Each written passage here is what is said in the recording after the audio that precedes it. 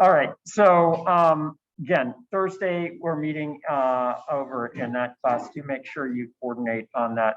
I wanted to mention there's a talk on Friday that I think may be interesting to many of you, and unfortunately I couldn't find the exact room in the Science Center that it's in. It's part of the biology seminar series, but this one is focused on basically using mostly, I think, drone photography to do various ecological and geological work, and I think many of you might find that that interesting. So I will send the location, which I sort of tried to scour this morning and couldn't find where it's located. But this talk is given by, oh, you know where it is? It's in Science Center A151? 155. A155. Okay, I'm going to put that in here. Across from the pollinator garden. Right.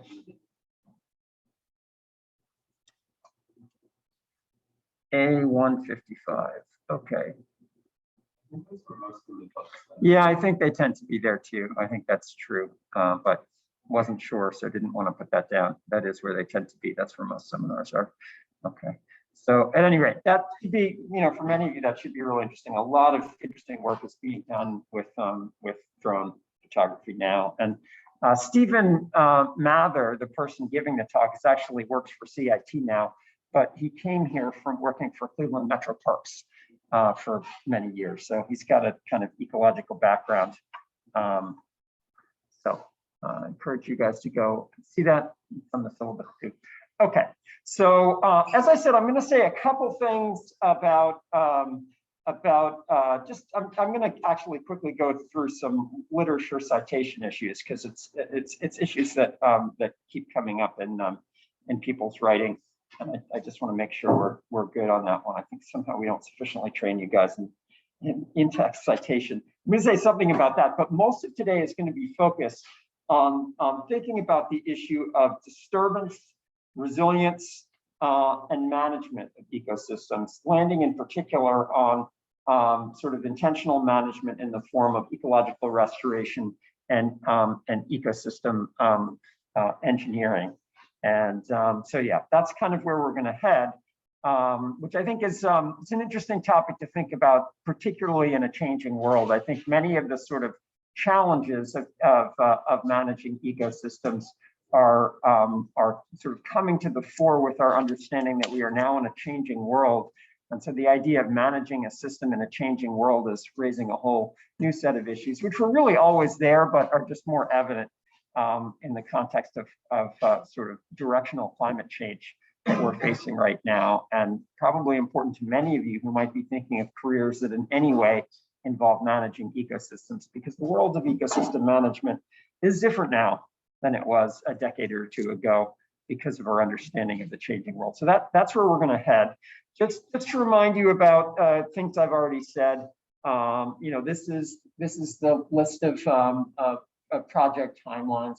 Just to remind you, your proposals are due tomorrow, and we've got, you know, dedicated time for your projects, and lots of dedicated time for the remainder of the semester on your project. So important to really focus with your group on figuring out how to take best advantage of that. All right, but I wanted to start again with, just before I get into the topic of disturbance and stability and resilience and management, just to provide a couple examples of problems with citations. So why don't you just turn to the person nearest to you and discuss challenges in example 1 here. So this is a citation that was, you know, in not this year, different year, but in a student proposal. Yeah, so just chat for a moment. Actually, why don't you chat about both of these examples? I want you to identify the problems with the way the in-text citation is used and ways that you might solve those problems. So just take a look at those in-text citations and chat with your neighbor about what's funky about them and how you'd fix them. Go.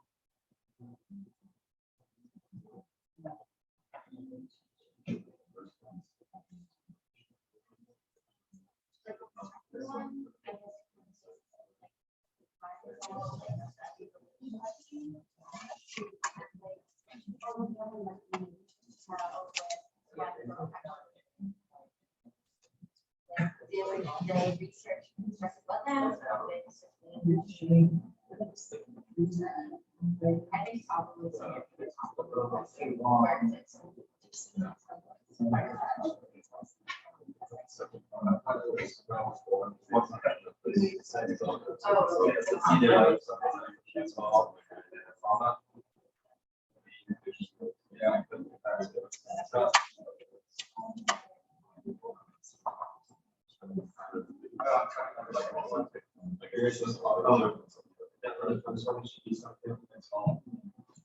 No.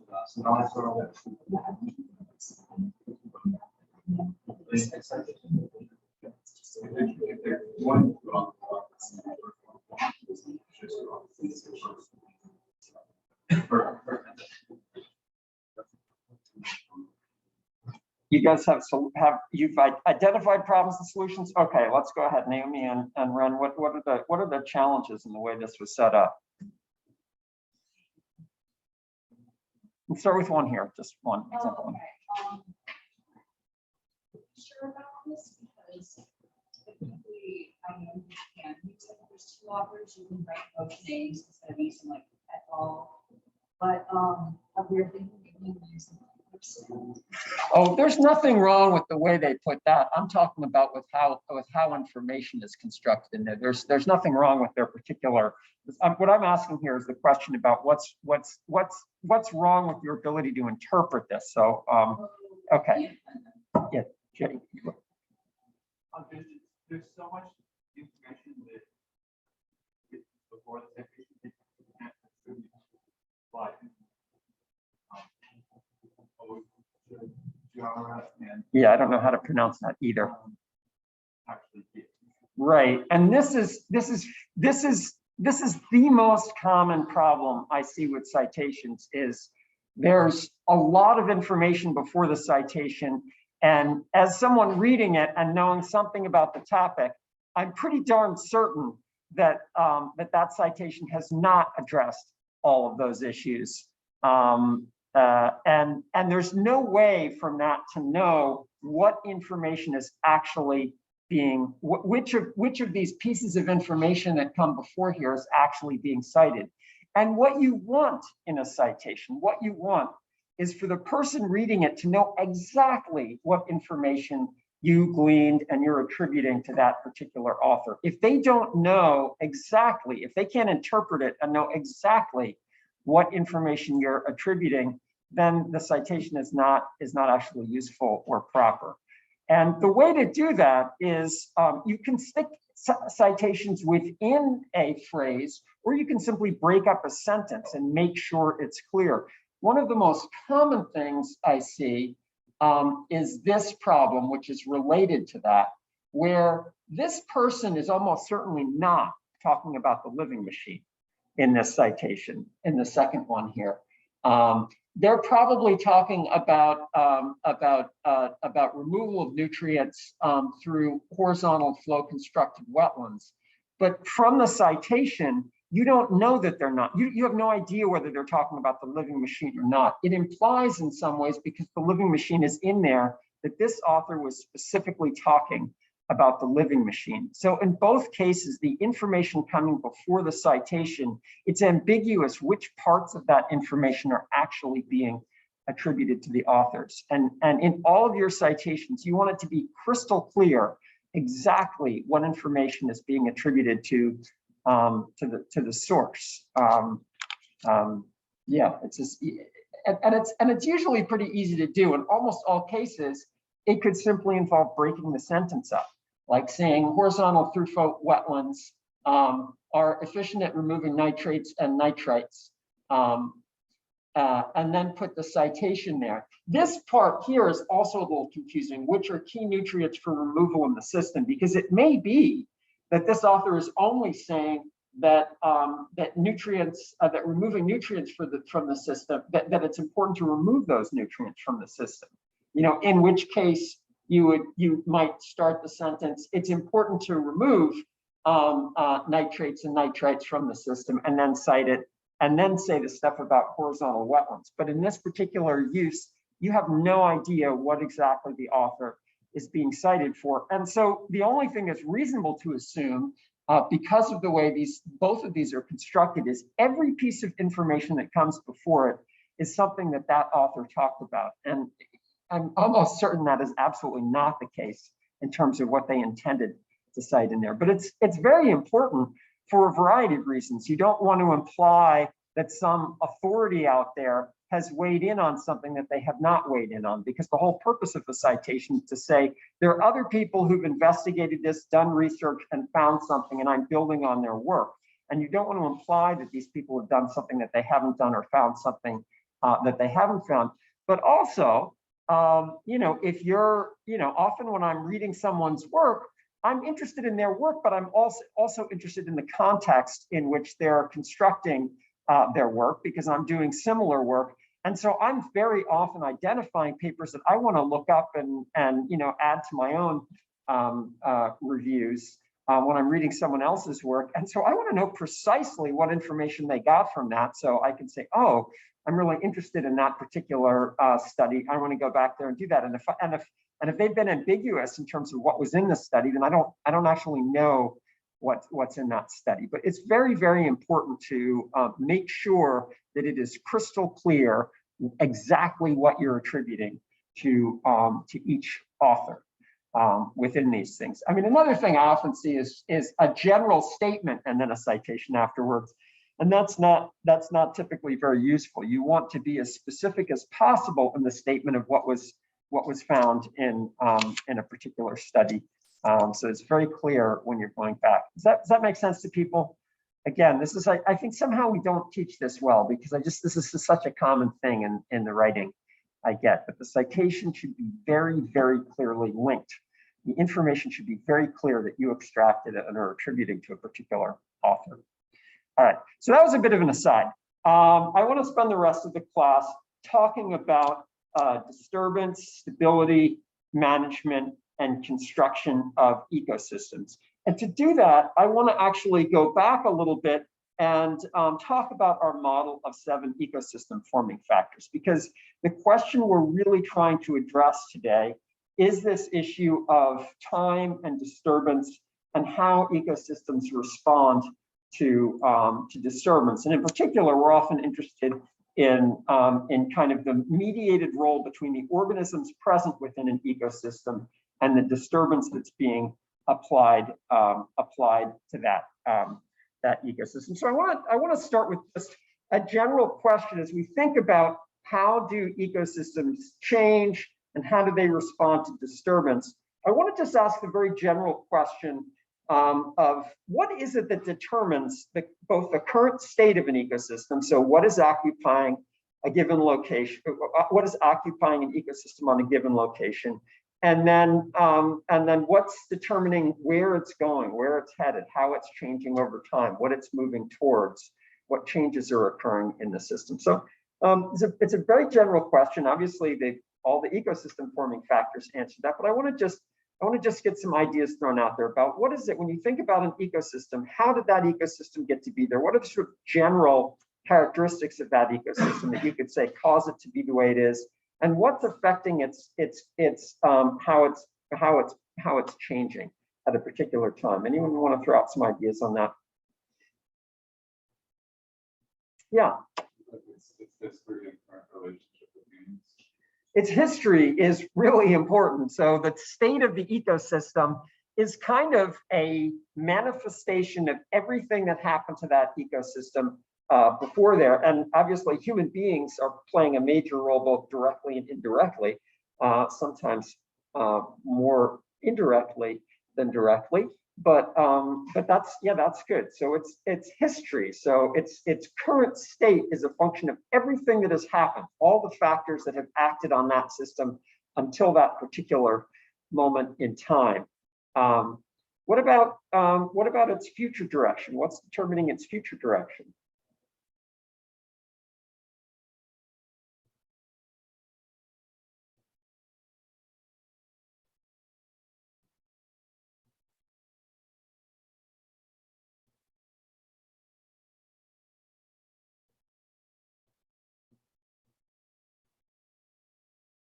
Yeah, go ahead. Yeah, actually a combination of those. Obviously, what you can do in the future is dependent on where you are now and on all the forces that are currently acting on you, everything that's acting on you at this particular moment. So yeah, so all the forming factors and the history are what's determining its current state, and its future developmental trajectory is determined. And this is where it's sort of important to separate. Its history is sort of embodied in endogenous factors, the current state of the system. How has the system evolved based on these ecosystem forming factors? What are the current interactions occurring within the system? So when I say endogenous, obviously what I mean is internal to the system. What are all the sort of feedbacks and conditions that are present, the structure and the function of the system as it stands right now? Those are all really important to determining where it will move into the future. Obviously, if it's a 50-year-old forest, its ability to change and its possibilities for next year and the year after and 10 years from now are very much embodied in that 50 years of forest growth and all the interactions that are currently occurring among organisms that are in the system now. But it's also, as Jake is saying, determined by whatever external forces are acting on that system and whatever disturbances it's being subjected to. So at any given time, its capacity to change is contingent on what's there, and exactly how it's going to change is dependent not only on what's there, the endogenous factors, but on the exogenous factors, the external forces that are acting on that system, and the changes, including the disturbances that it's being subjected to. So if we think about a system which is receiving inputs of energy and nutrients from the outside world and is internally recycling nutrients and that sort of things, and we think about for fleshing these ideas, exogenous factors include all of the external forcing, and by that I mean light, temperature, variability in light and temperature, precipitation, all of those, wind, all of those are exogenous factors acting on the system. Could be fire as well, disturbances of various kinds that are acting on that system, that are sort of pushing that system in various directions. And as I mentioned, what really changes ecosystem management now from ecosystem management, to 20 years ago, is this notion that the world as a whole is changing. And so the nature of exogenous factors acting on ecosystems is not something that just has some characteristic variability. It also has a directionality to it of increasing temperatures and potentially increasing frequency of extreme events. And so it's a different set of exogenous factors acting on ecosystems now than in the past. And so the whole way we think about and approach management has to sort of adapt and adjust for the reality of changing exogenous factors acting on ecosystems. And then, as we talked about, we've got endogenous factors, the sort of all the internal feedbacks within a system that are embodied in the function of that system, the nutrient cycling, that sort of thing going on within the system. So, those are things that one needs to think about when you're thinking about managing ecosystems. Is what's the natural sort of condition of the ecosystem in terms of endogenous factors, exogenous factors, and how are exogenous factors in particular changing over time in systems. So we've talked a bit about disturbance as sort of a key factor that is often controlling ecosystems, that there's a disturbance regime that changes things. But let's just sit back for a moment and think about the concept of a disturbance. So a disturbance can generally be defined as some sort of an event which has an impact on the structure usually, and therefore the function of a system. So some event of some kind that has an effect on the structure and therefore the function of an ecosystem. And we've talked about a lot of different kinds of disturbance and how these disturbances affect affect ecosystems. So storms, fires, floods, insect outbreaks. And there are many ecosystems, as we've discussed, that are adapted to particular kinds of disturbance. So the whole ecosystem is sort of like a response to a particular kind of a disturbance regime. We talked, for instance, about pitch pines briefly, which are a kind of pine that grows in sandy soils, which are therefore dry soils, which are therefore prone to fire. And it's the only pine species which is capable of burning its trunk and then putting lateral buds out. And in some cases, its pine cones are actually dependent on exposure to heat to get them to open up and distribute seeds. So it's an ecosystem, members of that ecosystem that have developed in response to a particular disturbance regime and been successful on sort of inhabiting sites because of the characteristics of species within that system. A disturbance regime is just the pattern of disturbance over time. And different kinds of disturbance regimes have different magnitudes, frequencies, durations, and timing. So, fire is in many ecosystems was or is, and I say was because, obviously one of the things I think you're very aware of is that human beings often suppress fires. And that's because there's a lot of reasons why we're having horrendous fires out west. Some of them having to do with the changing climate that's drier and windier and able to move fire around, but that's superimposed on top of the fact that we've suppressed fire in many regions, and so there's more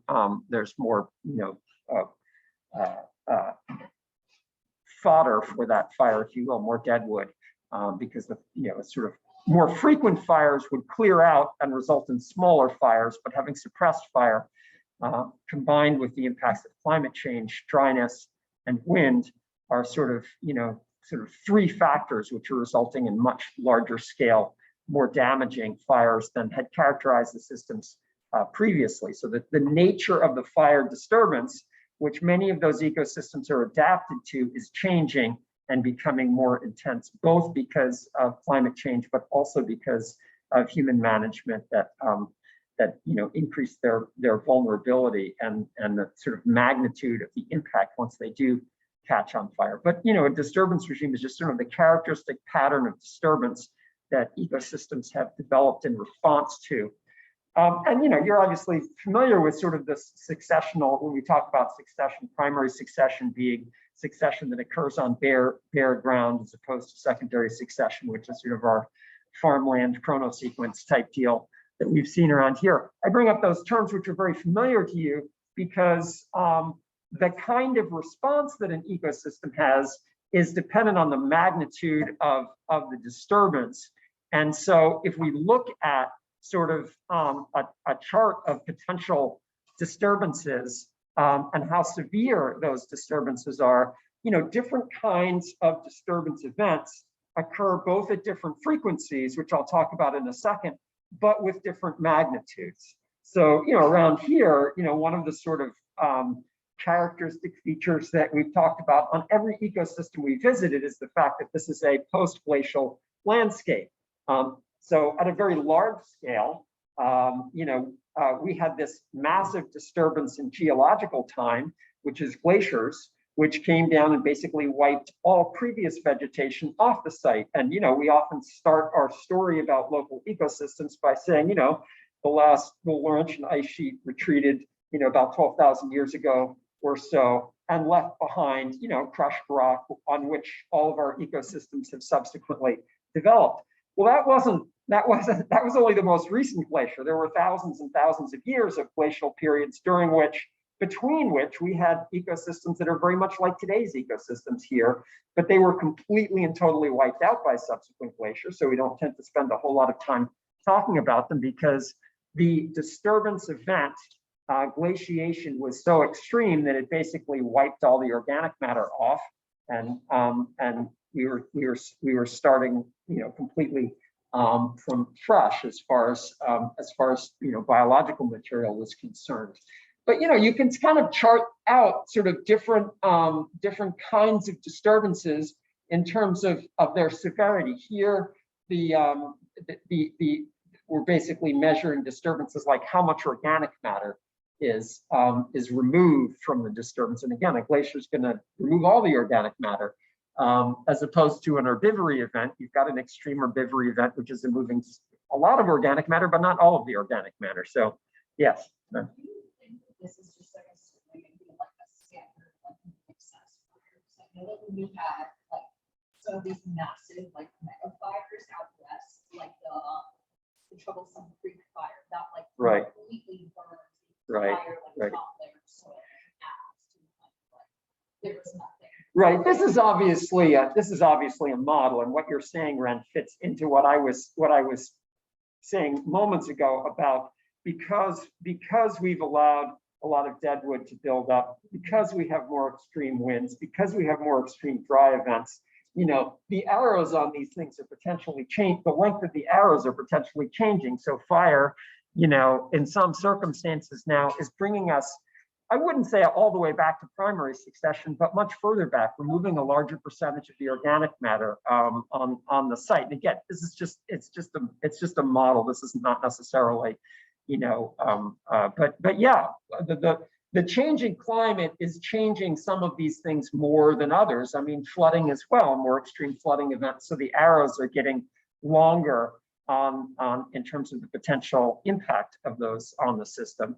And so, you know, this is sort of severity of disturbance. The other thing you can think about is frequency of disturbance. How often does that particular disturbance occur?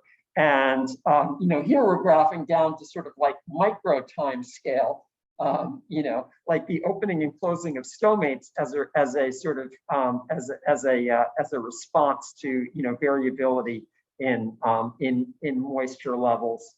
As opposed to, you know, diurnal cycles, weather fronts, you know, moving all the way up to large scale extinction events. The point is that one can think about disturbances as different kinds of disturbance regimes, as being sort of laid out over a range of time and space scales. And so these are a type of exogenous factor acting on ecosystems that they need to respond to. And, you know, fire example as a good example being one in which some of those boundaries over both the frequency and the magnitude of disturbances are changing right now. So as someone who is wearing a hat as ecosystem manager, one needs to be really aware of these changing frequencies and magnitudes of event. Fires are different now. They're different not just in extent, but they're different in frequency. And so that's a set of exogenous disturbance regime attributes for ecosystems that is fundamentally going to change the ecosystem. So as a manager, you need to be asking questions both about if there are particular characteristics of this ecosystem that we like, are there management activities we can engage in that would allow this particular kind of ecosystem to persist in spite of these changes in magnitude and frequency of disturbance events? Or as a manager, you might be asking the question, given the fact that we have a change in the magnitude and frequency of disturbance events, what ecosystem that could be desirable to human beings could actually effectively occupy this site, because the one that's currently there probably isn't going to make it. You know, what can we put in there that would have desirable attributes for, you know, whatever our management objectives are? You know, maybe it's stabilizing the soil, you know, so that it doesn't erode in landslides. You know, if the current forested system or other vegetated system is incapable of sustaining itself in the face of changing magnitude and frequency of disturbance events, what could we put in there that would actually accomplish whatever our management goals are? And I think the community of managers, I think, is very slowly beginning to catch up with this reality of changing ecosystems. And at the end of the day, you know, human society is all about managing the ecosystems around us. So I think it's very important for us to be thinking about these changes in magnitude and scale of disturbance events and what we can do. Now, you know, if your goal is to maintain a particular ecosystem, it's not like it's hopeless to do that. You do need to deal with the fact that the world is getting warmer. But for instance, with fire, there have been many, I mean, the sort of understanding that, that fire suppression, Smokey the Bear, is a problem. It goes back many decades. It's not like we're just figuring this out, but we're a bit slow to respond, mostly because you have these situations where you've got what's called the peri-urban interface, where you've got people living in close association with forested lands, closer association than they did before, and they create a certain incentive for suppressing fire because they're scared of fires. They don't want fires around there. But ironically, of course, the suppression of fire is leading to more extreme fire events, as discussed. But there's been a lot of challenges to the people who, for many decades, have been saying we need to actually create managed fires. And there are certainly ecosystems where people have been creating managed fires in recent history. The native peoples out in the West Coast and on the East Coast actually did a lot of fire management in their management of the ecosystems that they inhabited. And there's at least some efforts in various West Coast areas to try to learn from indigenous people some of the techniques that were previously used to manage fires, because human beings have been managing fires, but in recent times it's mostly been about suppression of fires as opposed to intentionally lighting fires in order to reduce the amount of variability and minimize the extent of the disturbance regime when it does, the fire disturbance when it does happen. Yeah, I have an example of that. In 2008, Rocky Mountain National Park in the town next to it decided to do like a small-scale managed controlled burn. Yeah, and there was a lot of pushback against it. So we're like, why are you doing this controlled burn? The park was like, no, this is really important. And because they did that controlled burn back in 2008, that's probably the only reason the park didn't completely burn down like 2 summers ago. Right. Because they were able to eliminate so much of the understory. Apparently, also in Colorado, in the summers, that the forests are 4 times as dense as they were at the turn of the 20th century. Just crazy, like just 100 years they were. Yeah, it's a major problem, but it's an example of this sort of larger set of issues that we're dealing with. So many of you have probably seen before this sort of example of balls in the landscape that people always use when they talk about different kinds of stability and resilience in systems. So what you want to imagine is sort of this 2-dimensional landscape that has balls that can potentially move because of the basins that they're in. Again, this is kind of a theoretical construct that almost everyone who discusses resilience talks about, because it exemplifies different kinds of resilience. Because when you talk about ecosystems or any other kind of system, human society for that matter, being stable in the face of disturbance events, one has to sort of distinguish between different kinds and different contexts of stability. And I do want to spend some time on this idea of different kinds of stability, because one of the things that I think you already understand, but is important to understand as a general system principle, is the idea that stability is a scale-dependent phenomena. That is, to say something is stable doesn't really have that much meaning without talking about the time and spatial scales over which it's stable. So I want to sort of build towards that by talking about this analogy that almost everyone uses when they talk about stability. One important kind of, well, first of all, so let's generally define stability as an ability to resist change. So again, that's very generic, and it has big caveats on it in terms of what do you mean as far as time and space scale goes? What do you mean as far as context goes? But stability, ability to resist change. But oftentimes we'll distinguish between these 2 major categories of stability, one being inertial stability, which is also sometimes referred to as resistance stability.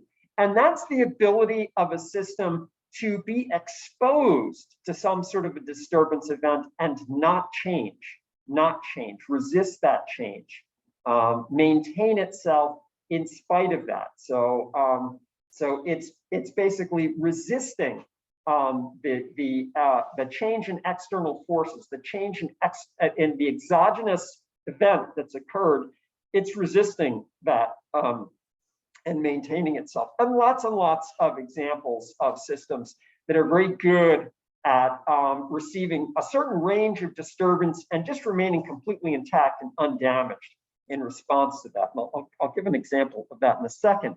But in terms of our model here, our ball here has a very high inertial stability. It's hard to knock it out of its pocket. If you imagine these as things that can roll or get knocked out, that guy's very firmly enmeshed in that little hill it's in. It's hard to get it to move at all. So this little theoretical landscape could be exposed to a windstorm, and that's probably not going to be moving a whole lot during that windstorm. And a good example of this is, coastal marshes, for instance, which are very good at handling pretty major storm events, waves, tides, that sort of thing. There's a large range of, hurricane magnitude activities with which these coastal marshes, they're basically designed for that disturbance, designed to just sort of maintain themselves. Obviously, they go underwater during the storm, but they've got a lot of integrity that sort of holds them together. Obviously, there are bounds. You get a big enough storm and you'll shred the whole coastline. But relative, for instance, to the terrestrial ecosystems immediately adjacent to them, which may be completely knocked down by the storm, the salt marshes of the world are, doing a good job not only of maintaining themselves, but also reducing the force of the stormwater. By holding that coastline together, they're actually reducing the severity of erosion in the upstream ecosystems as well. So they have sort of a double duty in exhibiting this high level of inertial stability or resistance stability to a storm event. And again, it's basically about maintaining structure and function in the face of some sort of external disturbance or perturbation of some sort. That's distinguished from resilient stability, which is the ability to return to your previous state after a disturbance event has occurred. So you may in fact be changed, but you can quickly change back to where you were following that event. And a good example of that is it's got an attraction basin, and people often refer to it as an attraction basin. If you think about this, is obviously these balls are moving by gravity, and you can knock this one it's not hard to get this ball moving. It'll move one way or the other way, but it's within a fairly large basin that's going to suck it back into the same point. Again, it's called an attraction basin because it's being attracted to a particular point. And so there's a range of disturbance events in which it will move around. To give you an example of that, grasslands, as we've discussed, have often developed in response to seasonal dryness. So periods of the year when it's dry and when they're prone to burning. And so you've got these grasslands, which may on an annual basis have a fire that completely wipes out above ground biomass, but they've got this below ground root system that will just sprout up and recover. And so it's not very difficult to wipe out the above ground grasses in these situations, the above ground portion of the grasses, but they've got this whole capacity to just come back, bless you. And that can occur on different time scales. I mean, I mentioned that the pitch pines, for instance, common ecosystem in what are called pine barrens in New Jersey and on Cape Cod, whole ecosystems which are really dominated by these pitch pine communities. And it's a little bit longer time scale than the grasses. The grasses come right back, so they're very quickly coming back to the same place. But the pitch pines, you can wipe out a whole area with fire, and they'll, a few years, you've got the same ecosystem there again. So they, again, also have slightly larger time scale, but they also have a high, resilient stability, the ability to get knocked down and changed, but then to come back to where they were beforehand. Does that make sense? An attraction basin, because, it's basically, you can think of it as gravity or magnet, but it's attracted. And this idea of attraction basins actually becomes quite important as we think of alternate stable states, because they're actually all of these 2 points are both attraction basins. And it's possible that you could do enough, you could knock this ball far enough with an extreme enough event so it's no longer in the same attraction basin, it's in a different attraction basin now. And that's where this idea of multiple alternate stable states come from. You can think of them as different attraction basins. So this particular place, this particular site on the Earth could have a variety of different ecosystems on it, depending on what land's there. I mean, I think our forest ecosystems are a good example of this. The North Forest we visited, currently still dominated by certain maple species. It could have been dominated by another set of species. So you can almost think of like the alternate kinds of forests that might dominate as just being sort of alternate stable states for local ecosystems. So there are several options about what the system could be, and if it goes in one direction, it might be stuck in that direction. Another good example of that, which we often see with invasive species, is I've mentioned this before about Phragmites and cattails, two actually examples of native invasive species, and whichever one of them comes to occupy a wetland first can oftentimes completely take over and dominate. My pond, which most of you have visited, is a good example of this.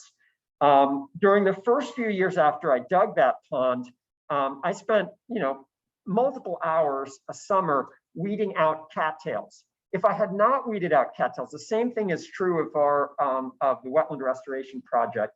I hired the one we have on the Jones farm, the south side of the Jones farm. During the first year after we built that thing, I had a student working full time for me all summer who did nothing except weed cattails out of that system. Had he not weeded cattails out of that system, had I not weeded cattails out of my pond, those systems would have become completely dominated. So their attraction basin would have been one that's completely dominated by cattails, and they would have actually had some different functional attributes. The cattails, they'll harbor a different group of animals. It would have been a different ecosystem. So that's an attraction basin that they could have ended up in. But because we intervened earlier on, we kind of sent them into a different attraction basin, which is an attraction basin which is a much higher diversity, and from a variety of perspectives, certainly from our experimental perspectives, but from my own aesthetic perspective, a more desirable basin, a basin that has lots of species diversity. I still have cattails that are trying to come into my pond, but because the niches are so occupied by these other species, it has a stability now that does not allow those cattails to come in and take over. I've actually been watching this sort of little patch of cattails for 2 years now. I have stopped weeding out the cattails just because I want to see what their capacity is, and they're just not expanding. They're staying in this one little spot. I may still take them out eventually because I'm a little worried about them becoming invasive. But the point is, the opportunity is really different now because the whole ecosystem is now in a different attraction basin that is one that is a much more species rich basin. So one of the things that might give a system a high resilience stability is conditions that allow for rapid primary or secondary succession.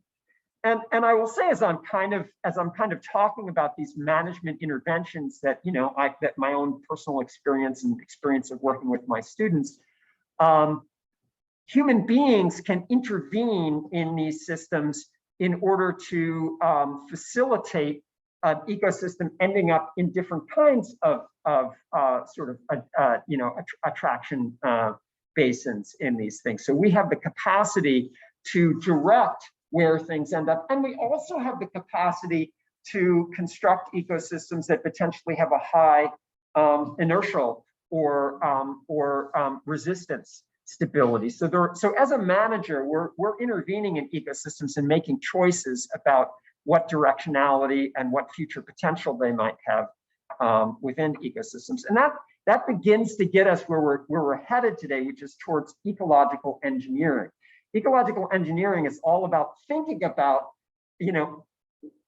a given site, what could potentially occupy a given site, and how can we as human beings facilitate the development of an ecosystem on that site that exhibits a high degree of inertial stability, resilient stability, but also exhibits desirable ecosystem functions for whatever objectives we're trying to shoot for, whether it's flood control, whether it's production of food, fuel, fiber, whatever it is. Thinking about the sort of nature of stability in ecosystems, especially as we're sort of imposing this shifting exogenous set of conditions associated with climate change on top of ecosystems, thinking very intentionally. Like in terms of college management, I feel like the college is not quite where I wanted to be on this, but at least they're thinking about it. We wiped out all these trees on campus as a result of building this heating system, and everyone was pretty worked up about that because everyone sees trees, everyone likes trees.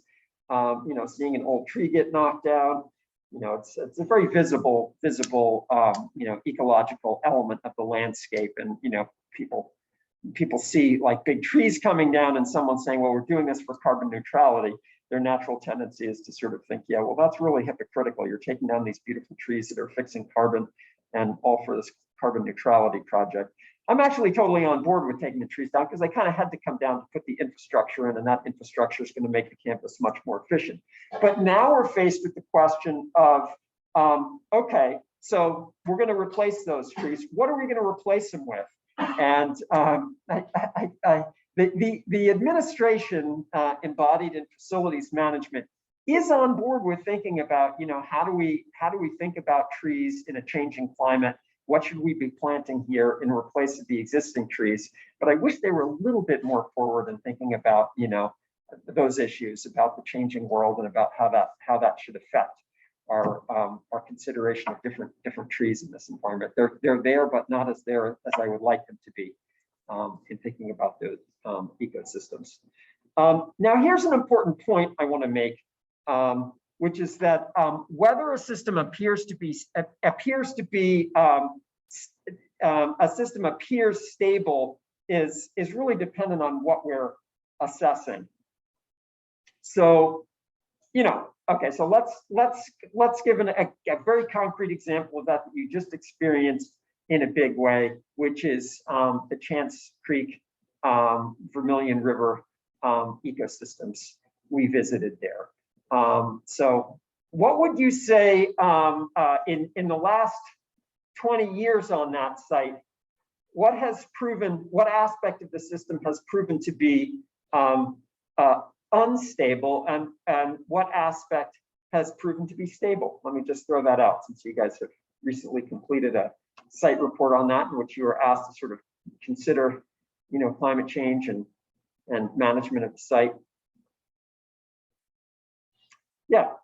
Well, at the Vermilion River, there's a lot of erosion that's unstable because it's not gonna go back.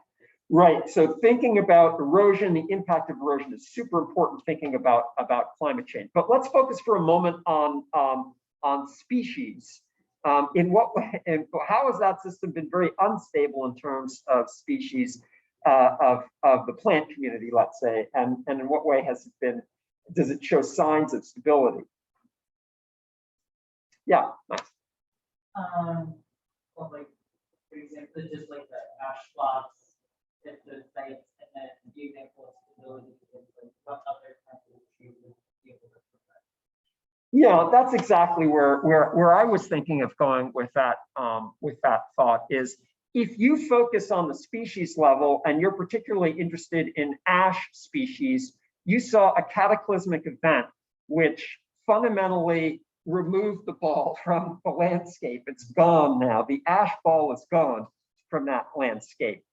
However, if you're focusing at a slightly larger ecosystem level, a slightly larger time scale, you might say, yeah, that system's been pretty damaged. There was a lot of biomass, especially in, we walked down that steep hill and got to where the skunk cabbage were. You were in almost open land there. And 20 years ago, 15 years ago, that was a dense forest of ash trees. And it still hasn't recovered yet. So we've got this massive loss of biomass in that site. So at that time scale of like a decade or two, it's been a pretty dramatic, loss of not only structure and species, but function in terms of carbon fixation and shade and other aspects of the system. But if we look at this on the scale of multiple decades, what's likely to happen to the sites that were occupied by ash trees?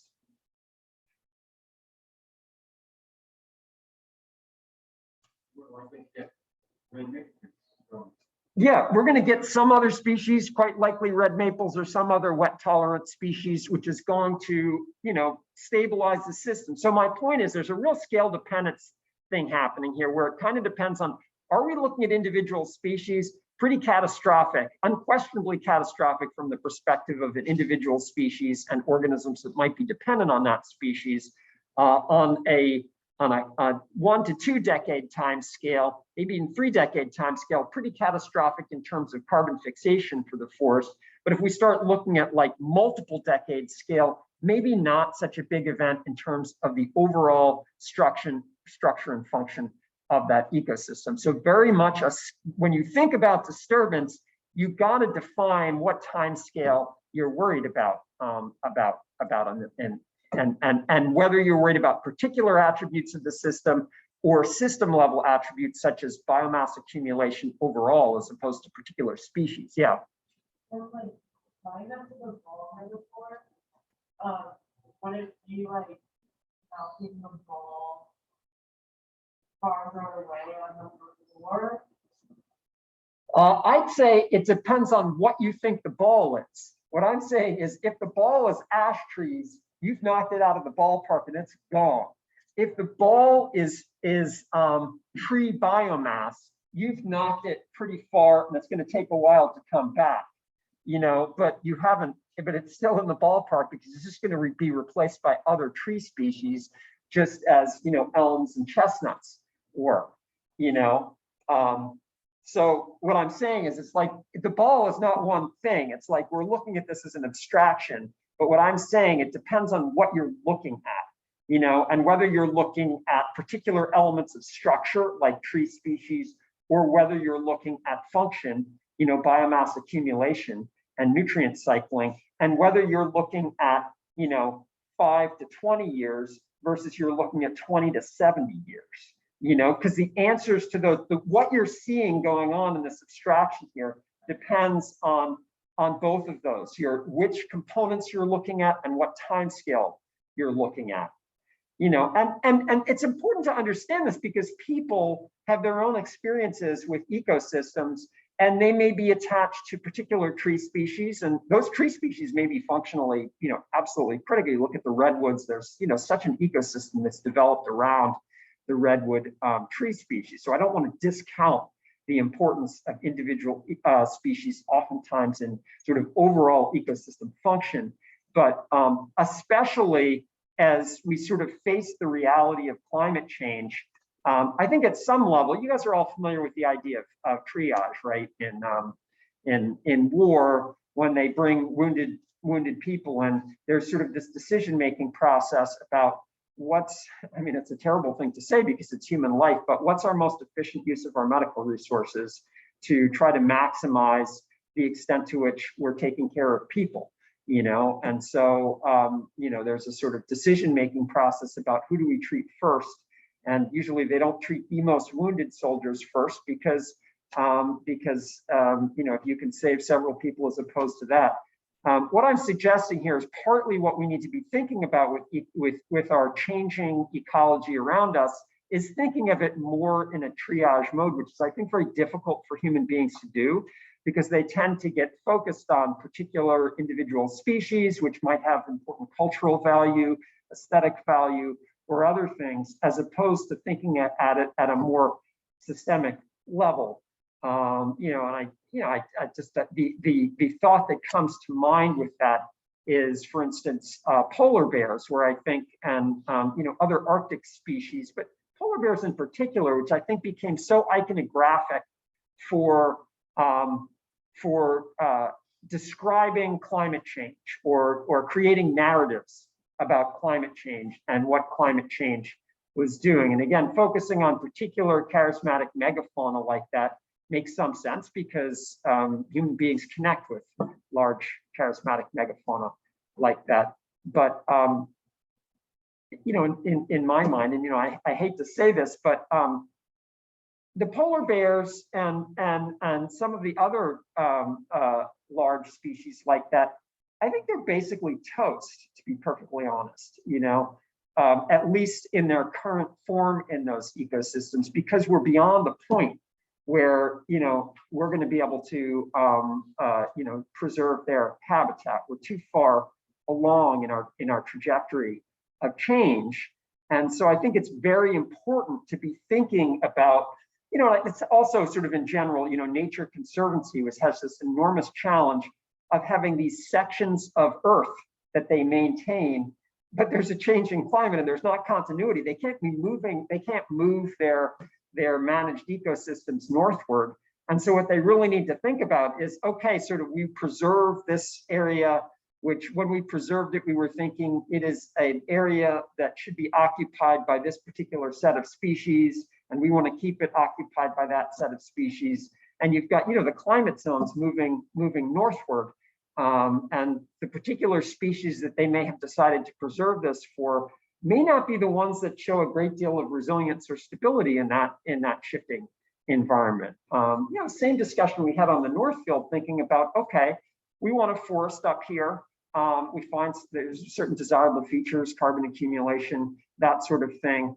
How can we modify the forest in some sort of way? Issues you addressed in your first report in ways that are going to make it more resilient. And it may mean that certain individual species we're just accepting are not going to be as common in this ecosystems. And some species which are not currently here right now are ones that might be able to really take advantage of this situation. And how do we think systematically about, trying to maintain the ecosystem as a whole as retaining the desirable functionality of fixing carbon, retaining biodiversity, maybe creating shade. As many of you pointed out in that report, maybe we're going to want to be running our cross-country tracks through the forest because that provides shade. And so when we have this increase in days over 90 degrees, we'll still have a place where our athletes can run without getting cooked. So there's a lot of things to think about when we're thinking about managing ecosystems. And this issue of stability and scales of stability is really quite crucial to sort of think about as we consider, managing ecosystems in a changing world, and thinking about, are we managing them principally for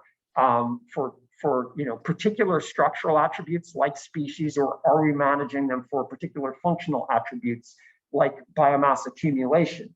And the way in which we choose to make our decisions is going to be different. If our goal is we want to fix carbon for the long term, that's a different goal than we want to maintain native plants, what we used to think of as native plant species in this landscape.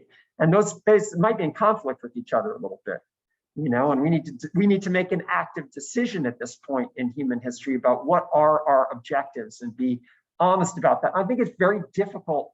It's very difficult for human beings to do because we have this real bias towards looking back at what was here when the last generation was here, when our grandparents were here or whatever, and saying that's the natural ecosystem that should be in that place. In fact, that ecosystem is very much influenced by human beings and always was influenced by human beings. We want to think of nature as having some definitive climax state, and that our goal should somehow be to keep it in that climax state, as opposed to recognizing that that state is probably also heavily influenced by human beings. And there's a reality of change now that means that that state might not be a particularly easy or potentially even useful state to maintain. Does all that make sense? Yeah, it's okay. So again, these are all things you can think about. So whether something is stable depends on whether you're looking at structure versus function. It depends on whether you're looking at species composition versus biomass versus how much productivity you're getting. So biomass is the stored productivity. Primary productivity is how much you're fixing each year. And all of these things are potentially different from each other. And so this point I've been trying to make all along is that what you see as stability is really quite scale dependent. It depends on what time scale you're looking at and what spatial scale you're looking at. And so we've indirectly talked about this idea of the paradox of constancy, but let me explain it a little bit more, because actually the paradox of constancy is quite embodied in the idea of a mosaic steady state. And one of the beauties conceptually of the mosaic steady state is it's the perfect example of a situation in which stability at the large scale is actually contingent on change at the small scale. So what is it? What is the sort of like Borman-Likens concept of a mosaic steady state? What is that? Someone describe to me, like, what is a steady state? What is this? What is a mosaic steady state? Someone describe that to me.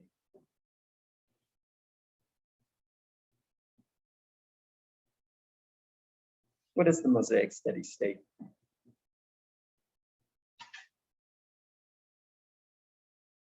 Yeah.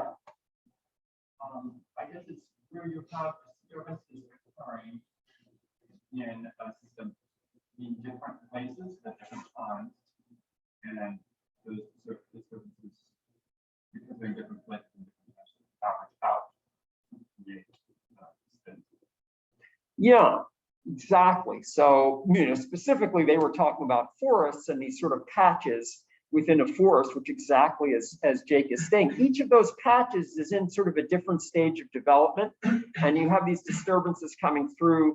In their case, it tended to be sort of windstorms that would knock down a patch of trees, and that patch would restart and begin growing. And so at the small scale, everything is changing all the time. Every patch is maturing, reaching some state of maturity, being affected by disturbance, being knocked down. Mosaic, because you can think of it as like tiles in a mosaic, in which each tile represents a different patch of forest at a different stage of development.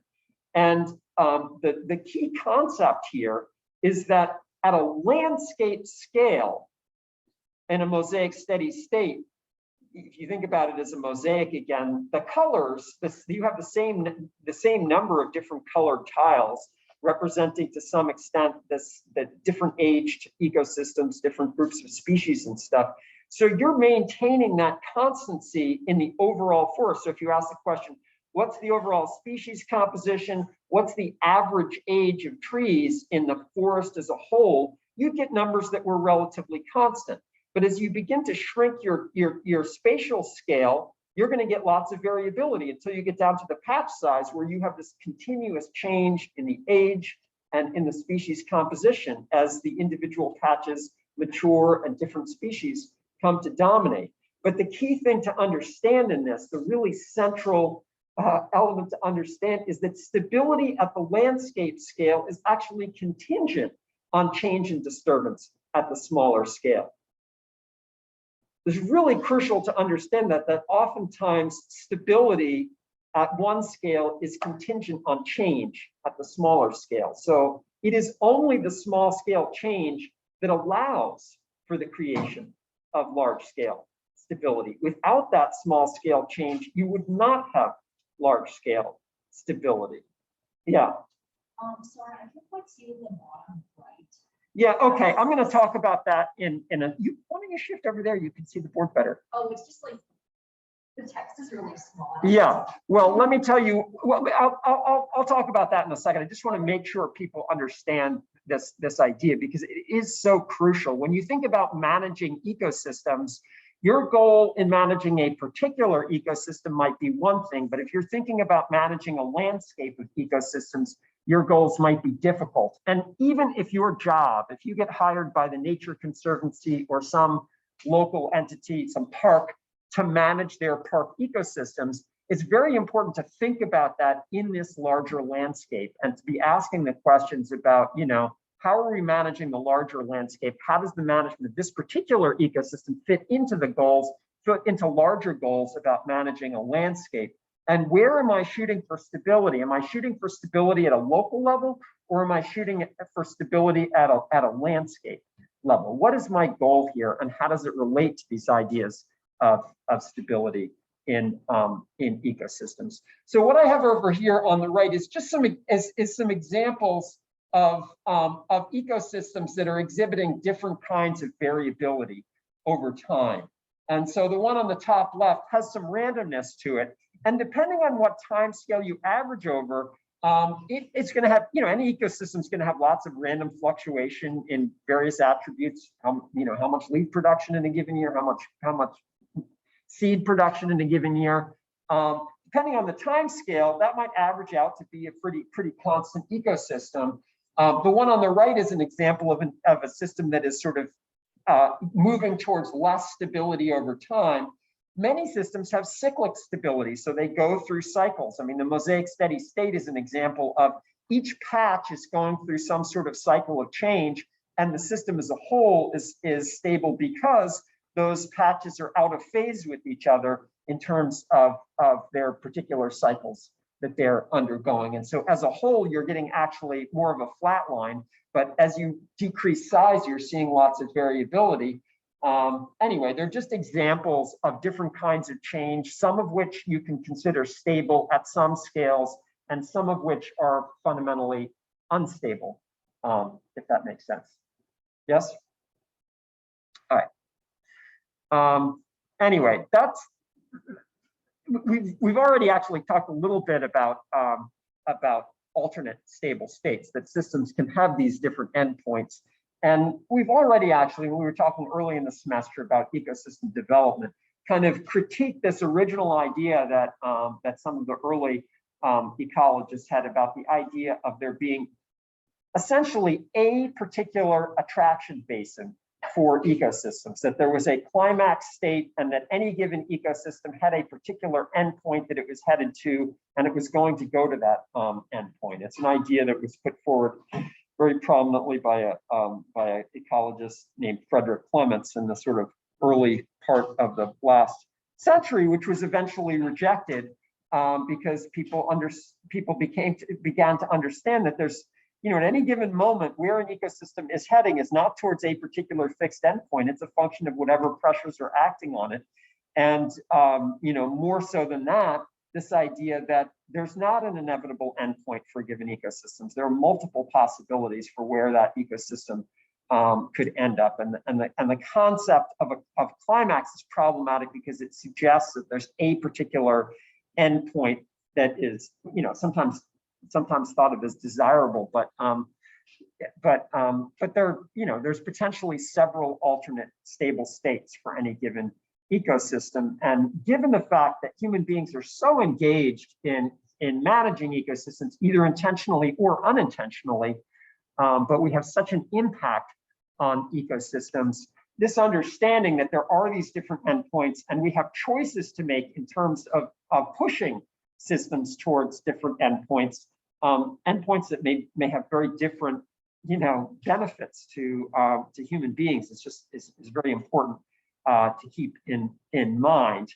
And another key concept that sort of fits into this whole stability discussion is the idea of thresholds. That is that there are, in this, the best example of the threshold is this little point here, where if a ball falls on either side of that, it's basically going to be in a basin that's hard to get out of. One particular basin which has a high inertial stability, one which has more resilient stability.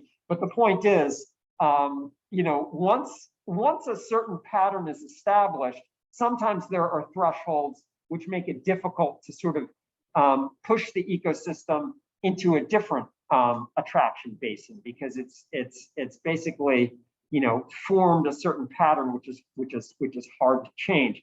Again, invasive species are a good example of this. Had I let those cattails take over my pond or the wetlands out on the Jones farm, it would have been very, very difficult to eradicate them. Enormous amounts of energy. I said I had a student working on it all summer, that's a lot of energy putting into removing the cattails. But that energy early in ecosystem development, in preventing it from being sucked into this monoculture of cattail basin,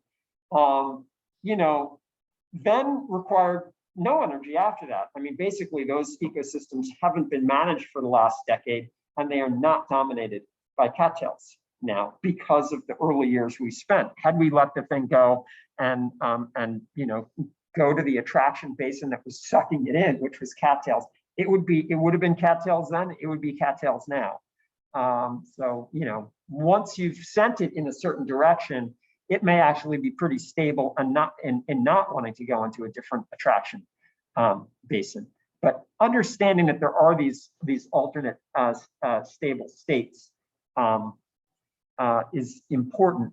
Now, another really important thing to understand is, generally speaking, when we have this sort of discourse within ecology or the environmental field, we oftentimes put forward this idea of stability as a necessarily good thing, like we're shooting for stability.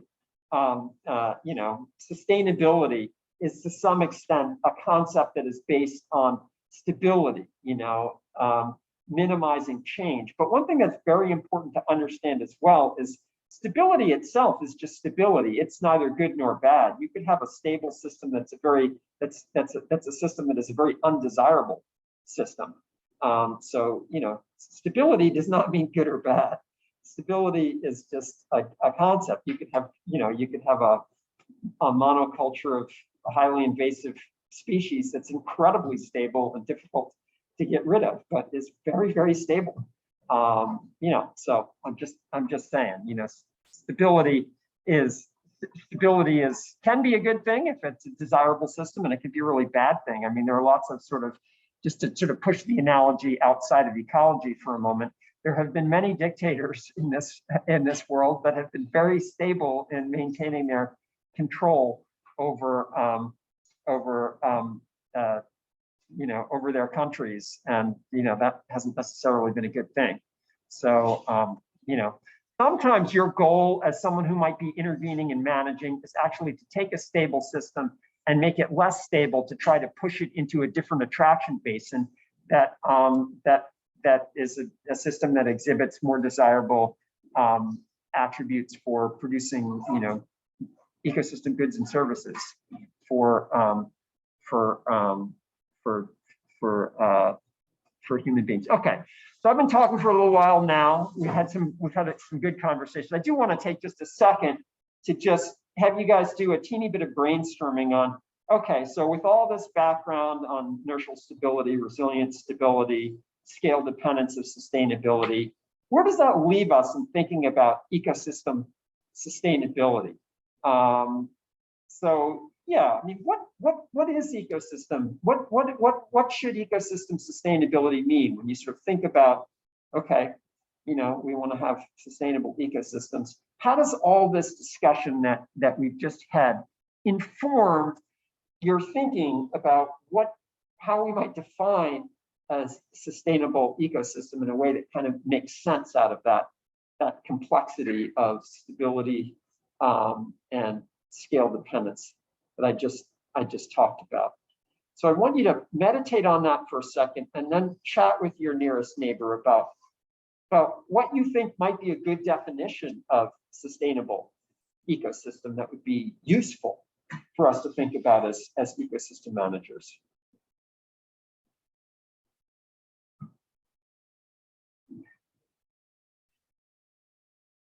Yes. What's up? Yes.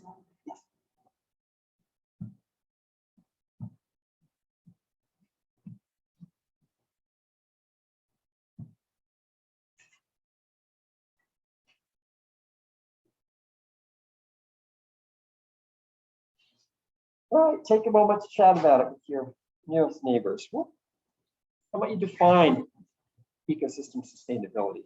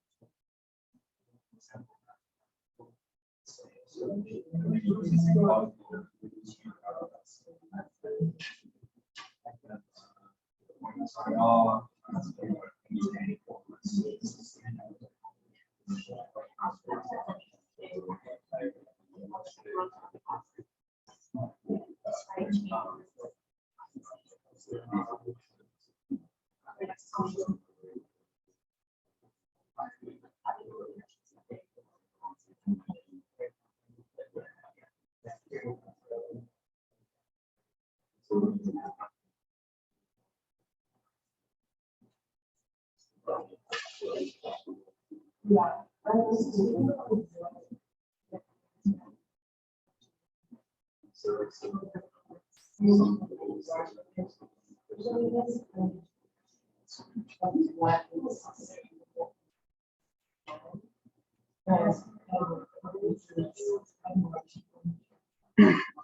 All right, let's get some ideas out here. What are your thoughts on ecosystem sustainability? Is there something we can do with the concept? Elise, what are you thinking about ecosystem sustainability? Maintaining function ecosystems is like it's and so like biological processes that both organisms like benefit from them. And then like part of that is also like not having to be super like hands-on and like micromanaging it, but like allowing the ecosystem itself to be able to like maintain the function on it.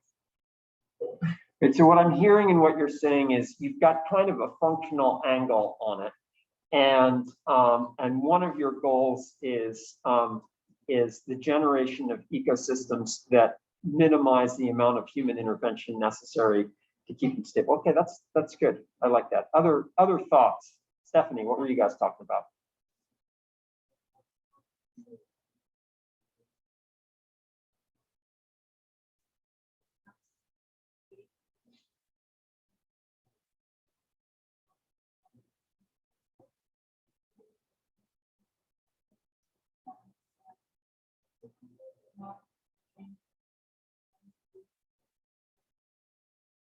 Okay, so thinking about productivity as an important functional attribute that you might want to maintain. All right, other thoughts? Naomi. Yeah, we talked about like kind of expecting in change, and kind of like making sure that like what you know. Yeah, so what I'm hearing from what you're saying is at some level, embracing the inevitability of change and sort of working with that as sort of an understanding that the system is dynamic as opposed to something I like that. Okay. Yeah, no. Yeah, I was thinking similar to investor, and like this is so sustainable ecosystems are able to like adapt to Yeah, right. So I that's sort of definitely harking back to I think what Elise was saying too, thinking about can we facilitate the development of ecosystems that have whatever internal feedbacks and stuff are necessary to maintain themselves with minimal of external, activity. So anyone want to add anything else? I mean, I think this is all good. This is all good stuff to be thinking about. I feel as though you've absorbed maybe recently, maybe earlier, a lot of the sort of ideas about ecosystem change and how one needs to think about a system that is fundamentally in motion. You guys are probably all familiar with the Brundtland Committee definition. They were focused specifically on defining sustainability from a development standpoint. So they were focused on economics probably more than ecology when they came up with the definition. But it is always sort of the touchstone for anyone defining sustainability. So I'm just putting this definition up there as sort of like the thing everyone references when they talk about sustainability, which is meeting the needs of the present without compromising the ability of future generations to meet their needs. That's not about ecosystems in particular, but again, it's sort of like the touchstone for how people think about defining sustainability in any context. So, the questions that I think you guys are, grappling with right now, obviously I've asked you to define ecosystem sustainability, but thinking about what are the criteria you use to assess ecosystem stability, and how does that work for natural ecosystems or intensively managed ecosystems? Because of course, both of those are important. I think implicit in a lot of the comments that folks were making, particularly for instance in Stephanie's, was this idea of, well, maintaining productivity, but it's not necessarily productivity for human beings. But obviously in our managed ecosystems, in our intensively managed ecosystems, we really do want to maintain productivity, and productivity with a particular endpoint, which is producing food for us. So that is, one kind of ecosystem, agro-ecosystem, that we have very clear objectives in terms of ecosystem goods and services that we want out of them. But even with our natural ecosystems, I think at this point, given where we are in a changing climate, I think minimally, we would want our natural ecosystems to provide lots of goods and services, if nothing else, in carbon sequestration and habitat to maintain diversity of plants and animals. I think there's no ecosystem at this point that I don't think it's at some level we're looking for ecosystem goods and services that have value to human beings. I mean, if nothing else, aesthetics of ecosystems, maintaining ecosystems that provide us with joy to be in, if nothing else. But I think for the most part, at this time in history, we need ecosystems to fix a lot of carbon, among other things. Okay, so here are some definitions that various ecologists have offered. A sustainable ecosystem is one that over a normal cycle of disturbance events, so already kind of situating that into sort of a scale frame, over a normal cycle of disturbance events, maintains its characteristic diversity of major functional groups, productivity, and rates of biogeochemical cycling. I feel like I heard some of that definition in what you guys were throwing out there. And I'm not putting forward these as sort of like as necessarily the endpoints, because I think this question about what ecosystem sustainability means is not one that I think there's a fixed answer to. I think it's one that we need to struggle with in a changing world. So I'm not necessarily putting forward Chapin's definition as sort of like the one that I was looking for you guys to land on, but I feel like there are components of what Chapin said that are embodied in a lot of what you said. I feel like even Chapin's definition has a certain feeling to it that is perhaps not fully addressing the directionality of change that's imposed on our natural world around us right now. And I think given that it was made in 1996, it's not surprising that it didn't have that emphasis on, thinking about sustainability in the context of a globe that is in constant change and what that might mean. I think these are really going to spell out a lot of the ideas you already have put out before. So when we think about sort of criteria, what if we were sort of to come up with a list of like check boxes, okay, so this is going to help us to help us decide whether we consider a given ecosystem sustainable or not. This one that focuses on maintaining diversity at multiple levels of organization in time and in space. So, that's species diversity is obviously part of that, but also, diversity of biogeochemical processes,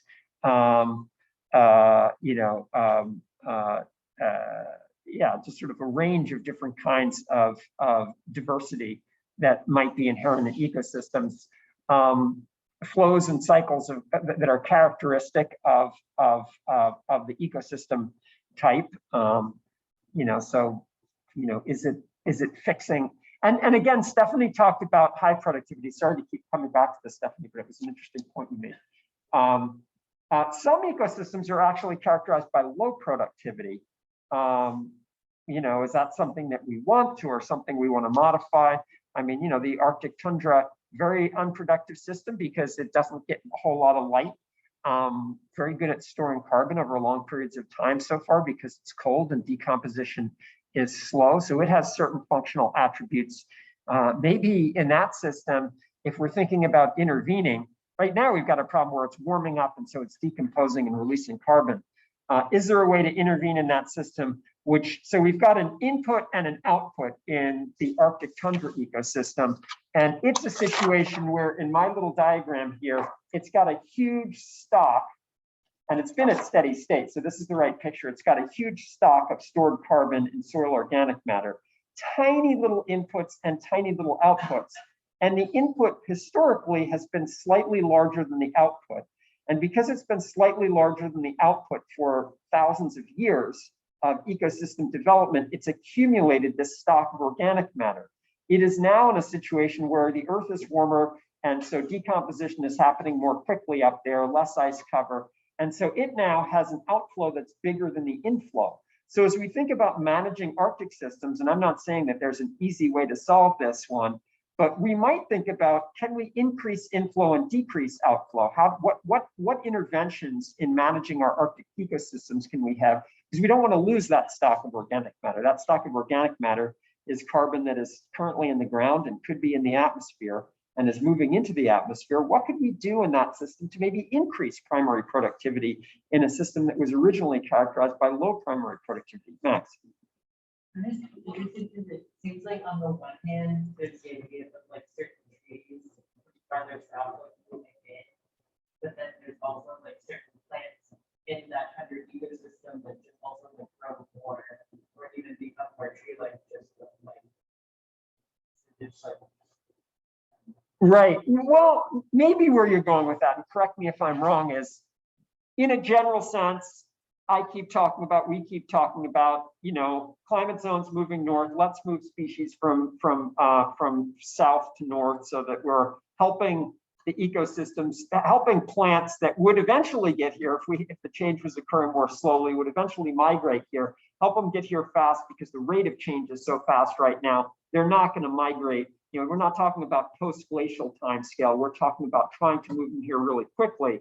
But I think, and you can correct me if I'm wrong, Max, I think part of what you're saying is that's not the only thing to think about. It just moving them. There's other factors going on here. And I think that is super important for us to think about. Am I on the right track in terms of what you're saying? Because it's not just about we're moving the climate zones further north. It's also about we're increasing variability. And that's two things. That's not one thing. So it's not just, it's going to be like, Ohio's going to be Kentucky or whatever, or Virginia. It's that we're also going to experience more variability. So when we think about species, it's not just about southern species. It's about, and from a functional attribute, it's like we want species that are going to store biomass for a long time in their tissue, in the soil. So what attributes are those? We want species that are going to be able to handle long summer droughts. We want species that are going to be able to handle wetter springs. Those are not just southern species. Those are a suite of different attributes that would add to the stability of ecosystems. So it's a lot more complex than just saying we're picking. That's the easiest thing to say, is we'll pick species that are adapted to warmer conditions, because we know that that's true because we think about it as global warming, but it's not global warming, it's global change, which has increased variability and shifts in conditions. So a thoughtful approach to trying to facilitate more sustainable ecosystems in this changing world is going to need to consider all of these attributes as kind of criteria in how we might modify our local ecosystems to make them more stable and produce more ecosystem services that are desirable in a changing climate. Yeah. I was wondering about that variability issue. Like with the plants now, all plants that typically grow in southern Europe, they're completely wiped out. Right. Right. So, yeah, how are we going to deal with situations like that here? Moving fast generally do well in more Right. Right.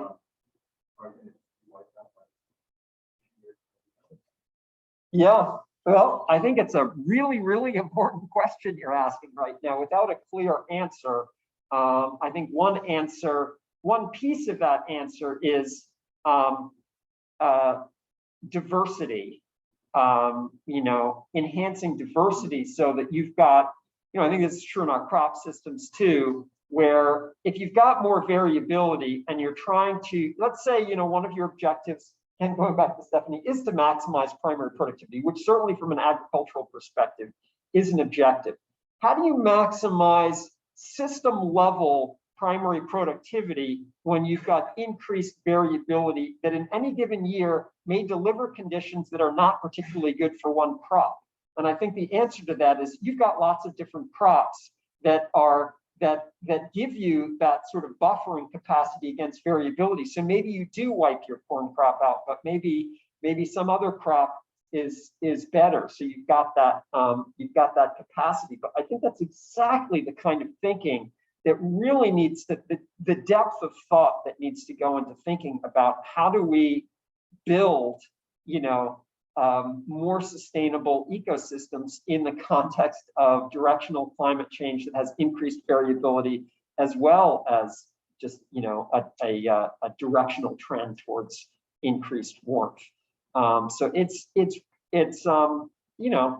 one of the many challenges, but I would also say, obviously with climate change, it's really easy to go down a rabbit hole of just the darkness of what's in front of us. And personally, I kind of try to look at all of these things as opportunities. You guys are living in this new world in which the thinking that needs to occur isn't yet occurring, and you have the opportunities to be leaders in that thinking and in helping us to adapt. I mean, it's on its way, it's coming. The question is, how well prepared are we? How much thinking are we doing about, how do we adapt and be resilient in the way that is best at maintaining what we find best about human civilization? What does that adaptation look like? And obviously in this class, the particular focus is, what does that adaptation look like from an ecosystem perspective? What do these sustainable, adaptive, resilient ecosystems look like? And again, it's not as simple as just saying, yeah, we're moving the zones north. Just since I'm already kind of on a slight sideways path here, and I'm not going to make it exactly where I wanted to in this, but we're getting to a lot of places I wanted to go. Let me just say talk about one of the issues that has troubled me in terms of consideration of local sustainability and agro ecosystems. And that is, and maybe I've chatted about this with you before, one of my concerns has to do with these trends in the environmental movement towards localization. How much have we talked about localization? Have we talked about localization? Let me tell you what I think Let me tell you what I think the real challenge of the local foods movement is. And I'm a big proponent of the local foods movement. I grow a lot of my own food in my garden. I do very intentionally grow lots of different crops, and every year I have different degrees of success with different kinds of crops because of the variability, and I'm considering that when I'm planting my garden. But there's been a real strong movement in Oberlin, kind of adopted by most of the sort of local enviros, towards really trying to localize our food economy. That is, minimize the extent to which food is traveling across the landscape. So we're relying much more on local foods. One of my great concerns with that movement, and I'm on board with the movement, I love it. There's like Food Hub in Oberlin, which I think is wonderful, creating markets that allow us to more efficiently distribute local food that's produced as a way of encouraging people to produce more diverse local food. So that's what the Food Hub basically does. How many of you know about the Food Hub? It's a local organization.